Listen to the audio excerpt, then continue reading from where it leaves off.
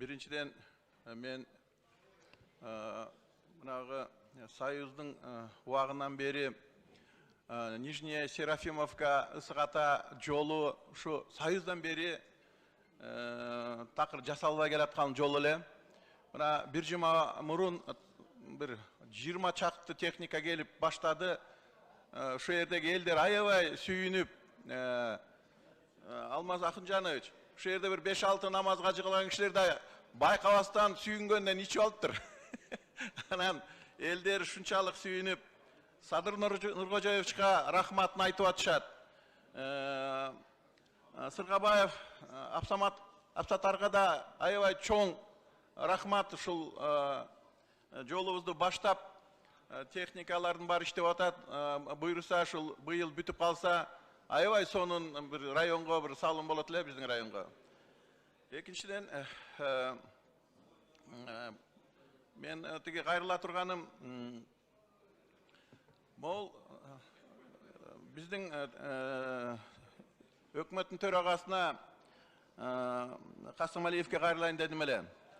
Урматтуу Адылбек Алешевич, мына Новопокровка айылында ошо 20 миңден ашыкча эл жашайт.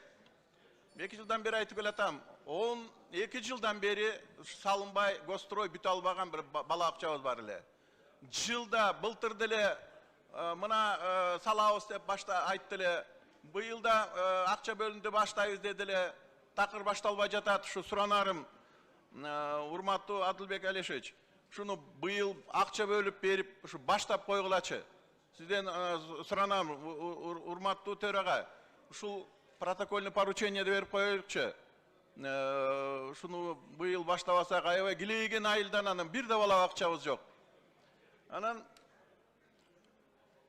урматтуу Алмазбек мырза, мен билесиз 2 жылдан бери ушул Ысыгата районунда жанагыл катталбаган мектеп бала акчалар жөнүндө айтып атам.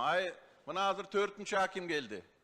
Айрым айыл өкмөттөрдөн 6-чы айыл өкмөт болгон турат. Бирок эмнегедир ушул катталбай эле, неден коркуп атышат? Кант мэриясы эмнеден коркуп атат? Анда да бир 40-ка жакын объекттер бар. Не проблема болуп атат?